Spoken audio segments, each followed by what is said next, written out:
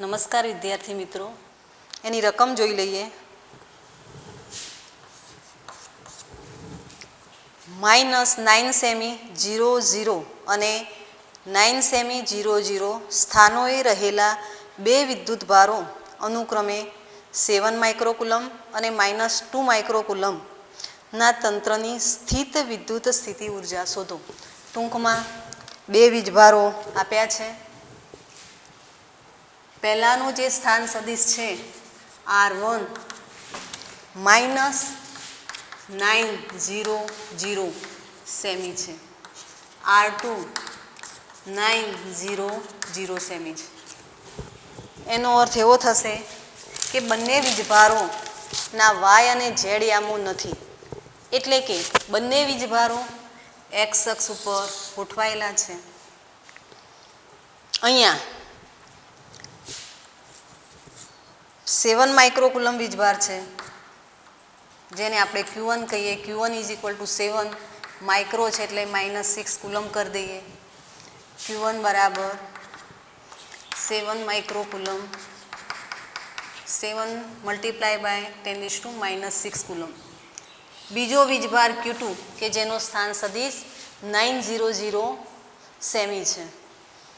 એ વીજભાર છે જેનું મૂલ્ય -2 માઇક્રોકુલમ છે, -2 10⁻⁻6 કુલમ. અહીંયા લઈ લઈએ Q2 -2 10⁻⁻6 કુલમ. તો હવે આવા બે વીજભારોના તંત્રની સ્થિતિ ઉર્જા શોધવી છે. જુઓ, અહીંયા બાહ્ય ક્ષેત્રનો કોઈ વિચાર કર્યો નથી, એટલે કે બાહ્ય ક્ષેત્ર નથી. બે વીજભાર હોય તો બે વીજભારના તંત્રની કુલ સ્થિતિ ઉર્જા સૂત્ર શું થશે? તો U = K, પ્રથમ વીજભાર Q1, બીજો વીજભાર Q2 અને બે વીજભારો વચ્ચેનું અંતર R12. હવે પ્રથમ વીજભારનો સ્થાન સદિશ -200 છે અને બીજા વીજભારનો સ્થાન સદિશ +900 છે. એનો અર્થ એવો થશે કે આ બે વીજભારો વચ્ચેનું જે અંતર છે 9 એટલે R12 = 18 સેમી થાય. તો સૂત્ર પ્રમાણે મૂકી દઈએ કે 9 × 10⁻9 Q1 બનશે 7 10⁻6 માઇનસ છે એટલે સ્થિતિ ઉર્જા ઋણ બની જાય 2 10⁻6. અંતર બને છે 18 સેમી. એસઆઈમાં લઈ લઈએ તો 18 10⁻2. 9 કેન્સલ થાય તો 7 અને ઘાત સેટ કરી દઈએ ×10⁻9 -12 +2 તો -0.7 જૂલ જેટલી સ્થિતિ ઉર્જા બે વીજભારોની બને. ત્યાર પછી બીજો પ્રશ્ન બીમાં આ રીતે છે કે બે વીજભારોને એકબીજાથી અનંત અંતર સુધી જુદા પાડવા માટે કેટલું કાર્ય કરવું પડશે? તો આટલા વીજભારથી આટલી ઉર્જાથી આ બંને વીજભારો બંધાયેલા છે. હવે એમને છૂટા પાડી અનંત અંતરે લઈ જવા છે અને વીજભારોને જ્યારે અનંત અંતરે લઈ જઈએ છીએ ત્યારે એમની સ્થિતિ ઉર્જા શું થઈ જાય છે? શૂન્ય. એટલે અહીંયા આપણે સ્થિતિ ઉર્જાનો ફેરફાર લઈશું. ΔU બરાબર ક્યાં લઈ જવા છે? અનંત અંતરે. એટલે આ U ઇન્ફિનિટિવ થશે. અગાઉ ક્યાં હતા? તો R અંતરે હતા, એટલે -UR. અનંત અંતરે સ્થિતિ ઉર્જા શૂન્ય થાય છે અને R અંતરે R12 અંતરે આપણે સ્થિતિ ઉર્જા મેળવી ચૂક્યા છીએ -0.7. એટલે જવાબ આવશે 0.7 જૂલ. ત્યાર પછી સીમા. ધારો કે આ વિદ્યુતભારોના તંત્રને બાહ્ય ક્ષેત્ર E બરાબર એ 1/r² માં મૂકવામાં આવે છે, જ્યાં એ અચળાંક છે. એટલે એ બરાબર 9 × 10⁵ newton coulomb inverse metre square, ટૂંકમાં એસઆઈમાં છે. તો હવે આ બે વીજભારોને બાહ્ય ક્ષેત્રમાં મૂકીએ છીએ ત્યારે એમની સ્થિતિ ઉર્જા કેટલી થશે? તો હવે આપણે વ્યાપક સૂત્ર વાપરવાનું થાય અને બાહ્ય ક્ષેત્ર માટે તમે જાણો છો એ પ્રમાણે ક્ષેત્રમાં કુલ ઉર્જા U બરાબર Q1 V R1 Q2 V R2 plus K Q1 Q2 upon R12. હવે જોઈએ તો આ જે ઉર્જા છે એ તો મેળવી નાખેલી છે, એટલે ફરી પાછું મેળવવા બેસીશું નહીં, સીધો જવાબ અહીંથી લઈ લઈશું. પ્રશ્ન એ થાય કે હવે બાહ્ય ક્ષેત્રને કારણે બંને વીજભારોની વ્યક્તિગત ઉર્જા શોધવાની થાય, પણ અહીંયા VR1 એટલે કે પ્રથમ વીજભારનું બાહ્ય ક્ષેત્રમાં, હવે ક્ષેત્ર કલ્પી દઈએ કે અહીંયા ક્ષેત્ર છે, આ દિશામાં ક્ષેત્ર છે, તો પ્રથમ વીજભારનું આ ક્ષેત્રના કારણે વીજ સ્થિતિમાન શું થાય? તો એ વીજ સ્થિતિમાન શોધવા માટે E બરાબર -dV/dr સૂત્ર આપણે વાપરી દઉં. એટલે માઇનસ તો એવું દિશા સૂચવે છે કે ભાઈ ક્ષેત્રની દિશામાં વીજ સ્થિતિમાનમાં ઘટાડો થાય છે, એટલે E = V/r સૂત્ર વાપરી શકાય. તો V બરાબર શું લઈશું? E × r. હવે જોઈએ અહીંયા તો પ્રથમ વીજભાર Q1 7 માઇક્રોકુલમ છે. એ વીજભાર પાસે બાહ્ય ક્ષેત્રને કારણે વીજ સ્થિતિમાન Eના ફંક્શનમાં લખીએ તો Q1 E R1, કારણ કે અંતર સાથે બદલાશે, × R1 લખી શકાય. પ્લસ બીજો વીજભાર છે Q2, પછી વેલ્યુ મૂકીએ છીએ E R2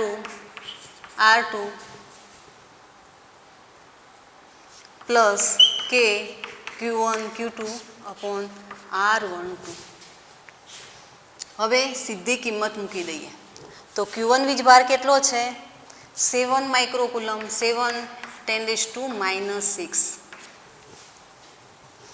E R1 તો જોઈશું કે ઉગમ બિંદુથી આ જે અંતર છે R1 -9 સેમી હતા, પણ આપણે અંતર લેવાનું છે એટલે એ ઉગમ બિંદુની ડાબી બાજુએ છે એવું સૂચવે છે, પણ અંતરમાં માઇનસ લેવાની જરૂરિયાત છે નહીં.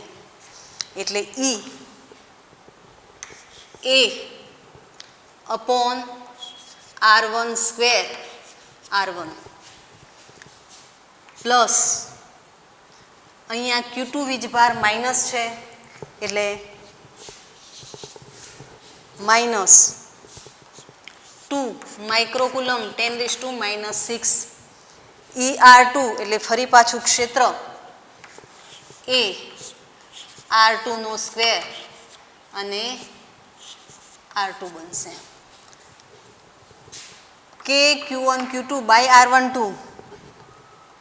મેળવેલો છે જવાબ -0.7. તો અહીંયા આ કિંમતો મૂકી અને પછી જવાબ શોધી નાખીએ.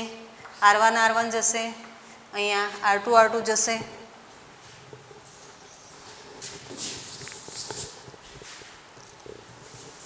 તો U બરાબર 7 10⁻⁶. એ કેટલા છે? તો 9 10⁵. R1 કેટલા છે? તો 9 સેમી. 9 સેમી છે એટલે SI કરીએ -2. 7A R1 -2 માઇક્રોકુલમ -6 A, તો 9 10⁵. અહીંયા પણ R2 કેટલા છે? 9 સેમી છે એટલે એસઆઈમાં કરીએ તો 9 × 10⁻², -0.7, 9 9 જશે તો 7 અને 10⁻ઘાત સેટ કરીએ તો -6 + 5 અને +2, અહીંયા 9 9 જશે તો 2, 10⁻⁷ 6 + 5 +2 એ -0.7, તો 10⁻7 છે એટલે 70 થશે. અહીંયા 20 અને -0.7 એટલે 50 -0.7 એટલે જવાબ આવશે 49.3 જૂલ. તો જ્યારે આ બંને વીજભારોને બાહ્ય ક્ષેત્રમાં મૂકીએ છીએ ત્યારે એમના તંત્રની કુલ સ્થિતિ ઉર્જા આપણને 49.3 જૂલ પ્રાપ્ત થાય છે. ત્યાર પછી ઉદાહરણ 2.6 પર જઈએ. 2.6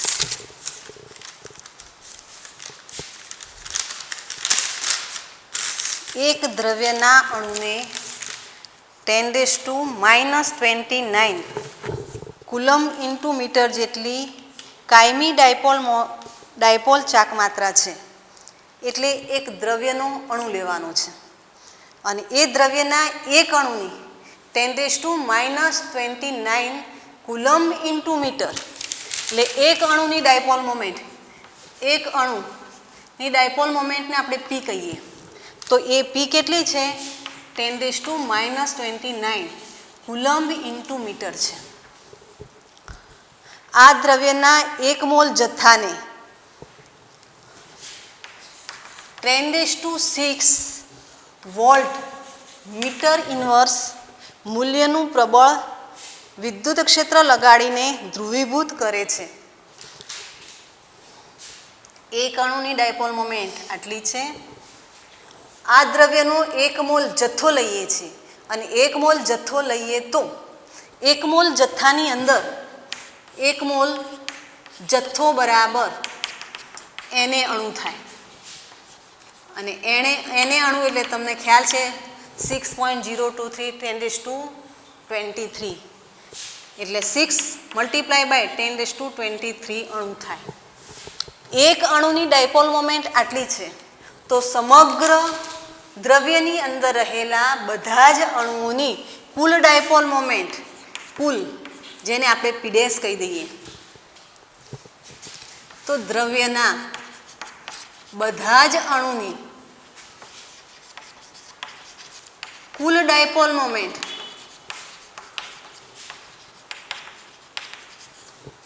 જેને પીડેસ કહીએ તો પીડેસ ઇઝ ઇક્વલ ટુ એને પી થશે. આ એક અણુની છે, આ 1 મોલ જથ્થાની અંદર રહેલા અણુ છે તો 6 × 10⁻23 × 10⁻29 તો કેટલી ડાયપોલ મોમેન્ટ થશે? 6 × 10⁻6 કુલમ ઇન્ટુ મીટર. આ સમગ્ર દ્રવ્યની ટોટલ ડાયપોલ મોમેન્ટ બને. આગળ જોઈએ રકમમાં. પ્રબળ ક્ષેત્ર લગાવીને ધ્રુવીભૂત કરે છે. હવે આ શબ્દ ધ્રુવીભૂત થવું અથવા ધ્રુવીભવન થવું એ તમારા માટે નવો શબ્દ છે, પાછળના પોઈન્ટમાં આવે છે, પણ આવું સમજીશું કે બધા જ અણુઓ જો ક્ષેત્રને સમાંતર ગોઠવાઈ જાય, દ્રવ્યના બધા જ અણુ ક્ષેત્રને સમાંતર ગોઠવાઈ જાય, ટૂંકમાં અણુનું ટોટલ ડાયપોલ મોમેન્ટ અને ક્ષેત્ર બંને કેવા બની જાય? સમાંતર બની જાય. તો એવી કન્ડિશનમાં એ દ્રવ્યનું ધ્રુવીભવન થયું કહેવાય. ફરી રકમ જોવી પડશે. ક્ષેત્રની દિશામાં એક દ્રવ્યના અણુને 10⁻29 કુલમ મીટર જેટલી કાયમી ડાયપોલ મોમેન્ટ ચાક માત્રા છે. આ દ્રવ્યના 1 મોલ જથ્થાને 10⁻6 વોલ્ટ મીટર ઇન્વર્સ મૂલ્યનું પ્રબળ ક્ષેત્ર લગાડીને ધ્રુવીભવન કરેલ છે. ક્ષેત્રની દિશા એકાએક 60 ડિગ્રીના કોણ જેટલી બદલવામાં આવે છે. સમજીશું. ધ્રુવીભવન થાય છે ત્યારે પી અને ઈ બંને કેવા થઈ જાય છે? સમાંતર થઈ જાય. અને પી અને ઈ સમાંતર થઈ જાય તો થીટા શું થાય? શૂન્ય થાય. એટલે પ્રારંભમાં જ્યારે ધ્રુવીભવન થાય છે ત્યારે પી અને ઈ વચ્ચેનો ખૂણો કેવો લેવાનો છે? શૂન્ય લેવાનો છે. ત્યાર પછી એકાએક 60 ડિગ્રીના કોણ એનું શું થાય છે? કોણીય સ્થાનાંતર થાય છે. અને 60 ડિગ્રીના કોણીય સ્થાનાંતર થાય ત્યારે સ્થિતિ ઉર્જા કેટલી થાય છે શોધી નાખીએ. અને બંનેની સ્થિતિ ઉર્જાનો તફાવત છે એ ઉષ્મા સ્વરૂપે પ્રાપ્ત થાય છે. ટૂંકમાં ધ્રુવીભવન થયું. ધ્રુવીભવન થાય ત્યારે દ્રવ્યનું ધ્રુવીભવન થાય ત્યારે એની જે પ્રારંભિક સ્થિતિ ઉર્જા છે એને યુઆઈ કહીએ, is equal two minus P cos 0. પી અહીંયા ટોટલ લેવાની છે એટલે પી ડેશ કહીશું. પી ડેશ બરાબર 6 10⁻⁻6. ઈ કેટલા છે? 10⁻6 કોસ 0 1 તો -6 જૂલ એ જ્યારે ધ્રુવીભવન થાય ત્યારે દ્રવ્યની પ્રારંભિક સ્થિતિ ઉર્જા બને. હવે એકાએક 60 ડિગ્રીના કોણે એનું કોણાવર્તન થાય છે એટલે થીટા બરાબર 60 ડિગ્રી લેવું પડશે.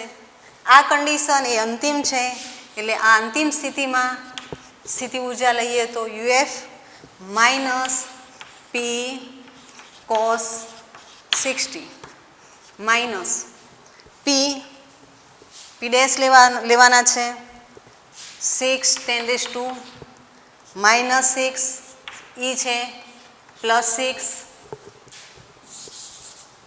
કોસ 60 તમે જાણો છો એ પ્રમાણે 1/2 તો -3 જૂલ થશે.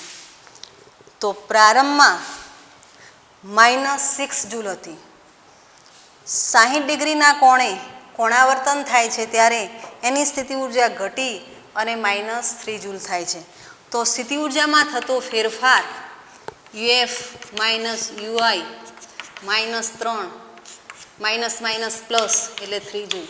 તો અહીં આગળ પ્રારંભ કરતાં 3 જૂલ જેટલી સ્થિતિ ઉર્જા ઘટે છે. અને આ ઘટેલી જે સ્થિતિ ઉર્જા છે એ ઉષ્મા ઉર્જા સ્વરૂપે પ્રાપ્ત થાય છે. તો 3 જૂલ જેટલી ઉર્જા ઉષ્મા સ્વરૂપે પ્રાપ્ત થાય છે જે આપણને પ્રશ્ન પૂછ્યો છે. આ પોઈન્ટને અનુરૂપ સ્વાધ્યાય ઉદાહરણના દાખલા અહીંયા પૂરા થાય છે. પણ આના ઉપર આધારિત એમસીક્યુ પૂછાય છે એટલે થોડીક એમસીક્યુ કઈ રીતે ગણવા એ એકાદ બે ઉદાહરણ આપી અને હું તમને સમજાવી દઉં. W is equal to q delta v સૂત્ર ઉપર આધારિત એમસીક્યુ ઘણા પૂછાય છે. આપણને ખબર છે કે ક્યુ ઇન્ટુ ડેલ્ટા વી સૂત્ર એ સ્થિતિ ઉર્જા માટે આપણે વાપરીએ છીએ. આપણને એ પણ ખ્યાલ છે કે વિદ્યુત બળ એ સંરક્ષી બળ છે અને સંરક્ષી બળમાં સ્થિતિ ઉર્જા અને ગતિ ઉર્જાનો સરવાળો અચળ રહે. એટલે કે જો સ્થિતિ ઉર્જા વધે તો સામે એટલી જ ગતિ ઉર્જા ઘટે છે અને ગતિ ઉર્જા વધે તો સામે એટલી જ સ્થિતિ ઉર્જા ઘટે છે. ટૂંકમાં સ્થિતિ ઉર્જા અને ગતિ ઉર્જાનો સરવાળો અચળ રહે છે. આ વસ્તુ યાદ રાખવી પડશે. હવે આના ઉપર આધારિત એક એમસીક્યુ મૂકીએ તો એમસીક્યુ આ પ્રમાણે છે. એક વિદ્યુત ભારિત કણને 100 વોલ્ટનું વીજ સ્થિતિમાન ધરાવતા બિંદુથી હવે એક વીજભારિત કણ લેવો છે. અહીંયા આપણે એ બિંદુ લઈએ, બીજું બિંદુ બી છે. 100 વોલ્ટનું વીજ સ્થિતિમાન એટલે અહીંયા વીજ સ્થિતિમાન 100 વોલ્ટ છે. 100 વોલ્ટથી 200 વોલ્ટનું વીજ સ્થિતિમાન ધરાવતા બિંદુ સુધી લઈ જવો છે. લાવતા તેની ગતિ ઉર્જા 100 જૂલ ઘટે છે. ગતિ ઉર્જા 100 જૂલ અને એમાં શું થાય છે? ઘટે છે એટલે કે માઇનસ બને છે. તો આ કણ પરનો વીજભાર કેટલા કુલંબ હશે? હવે આના ઉપરથી 3-4 પ્રશ્ન બનાવી શકાય. પહેલી વસ્તુ કે સ્થિતિ ઉર્જામાં આપણે શું કામ કરીએ છીએ, તો સ્થિતિ ઉર્જાની અંદર ક્ષેત્ર વિરુદ્ધ કાર્ય કરવું પડે છે. એટલે જો ક્ષેત્રની દિશામાં કાર્ય થાય તો આપણને ગતિ ઉર્જા પ્રાપ્ત થાય અને ક્ષેત્રની વિરુદ્ધ દિશામાં કાર્ય થાય તો સ્થિતિ ઉર્જા પ્રાપ્ત થાય. જેટલી સ્થિતિ ઉર્જા વધે એટલી જ સામે ગતિ ઉર્જા ઘટે, જેટલી સ્થિતિ ઉર્જા ઘટે એટલી સામે ગતિ ઉર્જા વધે છે. આ વસ્તુ યાદ રાખીશું. તો ક્યાં સ્થિતિ ઉર્જા વધે છે, ક્ષેત્ર વિરુદ્ધ કાર્ય થાય છે તો. ક્યાં ગતિ ઉર્જા વધે છે, ક્ષેત્રની દિશામાં કાર્ય થાય તો. તો હવે અહીંયા જોઈએ ક્યુ વીજભાર છે. આપણને એવું વિચારીએ કે ભાઈ ક્યુ વીજભાર એ પ્લસ છે, તો પ્લસ વીજભાર શું કે કઈ દિશામાં ગતિ કરે, તો ક્ષેત્રની દિશામાં. એટલે કે વધારે વીજ સ્થિતિમાનથી આ નોટ કરવું હોય તો કરી નાખજો કે ધન વીજભાર વધારે સ્થિતિમાનથી ઓછા સ્થિતિમાન તરફ ગતિ કરે.